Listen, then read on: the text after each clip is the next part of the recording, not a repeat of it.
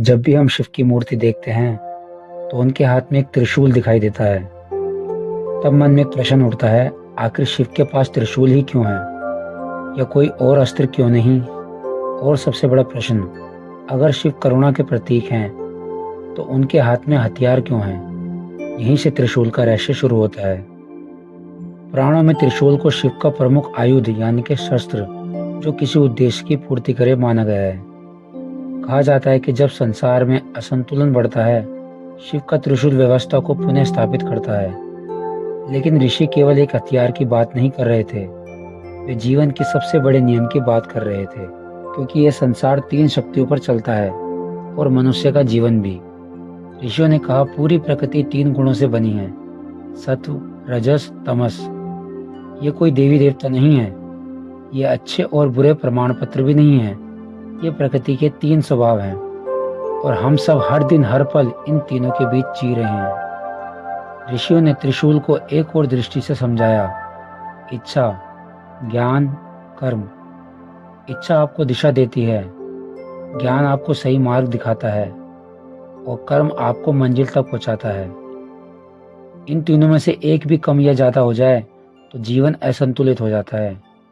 इसलिए शिव का त्रिशूल हमें याद दिलाता है, सिर्फ चाहने से कुछ नहीं होता, सिर्फ जानने से भी कुछ नहीं होता। जीवन तब बदलता है जब इच्छा, ज्ञान और कर्म तीनों एक साथ चले। त्रिशूल क्या दर्शाता है? त्रिशूल की तीनों नोकें हमें जीवन के 3 गुणों की याद दिलाती है। पहला है सत्व, शांति, स्पष्टता, संतुलन। जब मन शांत होता है और निर्णय स्पष्ट होते हैं, तब सत्व कार्य कर रहा होता है। दूसरा है रजस, गति, इच्छा, महत्वाकांक्षा, कुछ करने की चाह, कुछ बनने की चाह। जब आप अपने लक्ष्य के लिए मेहनत कर रहे होते हैं, तब रजस कार्य कर रहा होता है। तीसरा है तमस, विश्राम, स्थिरता, जड़ता। जब शरीर आराम चाहता है, जब रात होती है, जब नींद आती है, तब तमस कार्य कर रहा होता है। सबसे बड़ा रहस्य क्या है? हम बचपन से सुनते आए हैं, सत्व अच्छा है, रजस ठीक है, तमस बुरा है। लेकिन ऋषि शायद कुछ और कहना चाहते थे। समस्या गुणों में नहीं है, समस्या उनके असंतुलन में है। तमस ना हो तो आप कभी सो नहीं पाएंगे, रजस ना हो तो आप कभी आगे नहीं बढ़ पाएंगे, अगर सत्व ना हो तो आप सही निर्णय ना ले पाएंगे। इसलिए जीवन का उद्देश्य किसी एक गुण को समाप्त करना नहीं, बल्कि तीनों में संतुलन बनाना है। ऋषि कहते हैं कि हर मनुष्य के भीतर ये तीनों गुण उपस्थित हैं। कभी हम शांत होते हैं, कभी बेचैन, कभी आलसी, और यही जीवन है। लेकिन एक दिन ऐसा भी आता है जब साधक इन तीनों को देखना शुरू कर देता है। वह समझने लगता है, मैं आलस्य नहीं हूँ, मैं महत्वाकांक्षा भी नहीं हूँ, मैं केवल शांति भी नहीं हूँ। तब वह धीरे धीरे गुणों के दास से उनका साक्षी बनने लगता है। हमारी जिंदगी में इसका क्या अर्थ है? जरा अपने एक दिन को देखिए। सुबह अलार्म बजता है, मन कहता है थोड़ा और सो लेते हैं, यह तमस है। फिर आप उठते हैं, काम पर जाते हैं, लक्ष्य बनाते हैं, सफल होना चाहते हैं, यह रजस है।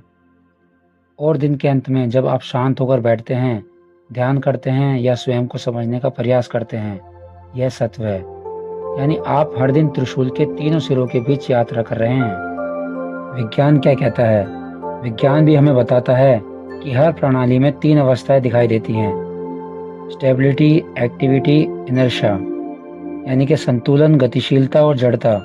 हमारे शरीर और मन में भी यही दिखाई देता है। नींद और विश्राम, काम और गतिविधि, शांति और स्पष्टता। नाम अलग हैं लेकिन सिद्धांत वही हैं। यानी हजारों वर्ष पहले ऋषियों ने जिस बात को गुण कहा, आज विज्ञान उसे अलग भाषा में समझाता है। अब हमें क्या करना चाहिए? अगर शिव के त्रिशूल को जीवन में उतारना है तो अपने तमस को पहचानिए, आराम कीजिए, लेकिन आलस्य को जीवन मत बनने दीजिए। अपने रजस को दिशा दीजिए, भागिए नहीं, उद्देश्य के साथ आगे बढ़िए। अपने सत्व को बढ़ाइए, ध्यान, अध्ययन और अच्छे विचारों के लिए समय निकालिए। अपने जीवन में संतुलन खोजिए, क्योंकि संतुलन के बिना कोई भी गुण समस्या बन सकता है।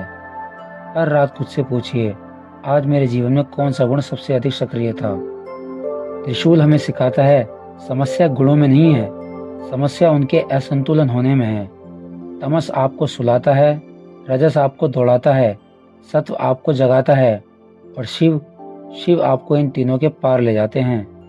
और शायद इसीलिए शिव त्रिशूल को धारण करते हैं, क्योंकि जिसने अपने भीतर के सत्व, रजस और तमस में संतुलन बना लिया, उसने जीवन के सबसे बड़े रहस्य को समझना शुरू कर दिया। वीडियो अच्छी लगी हो तो लाइक करें, शेयर करें। साथ ही अगर आप चाहें तो हमसे जुड़ भी सकते हैं हमें सब्सक्राइब करके। और अगर आपके मन में कोई क्वेश्चन हो, कोई सवाल हो, तो आप हमसे शेयर भी कर सकते हैं कमेंट करके। धन्यवाद।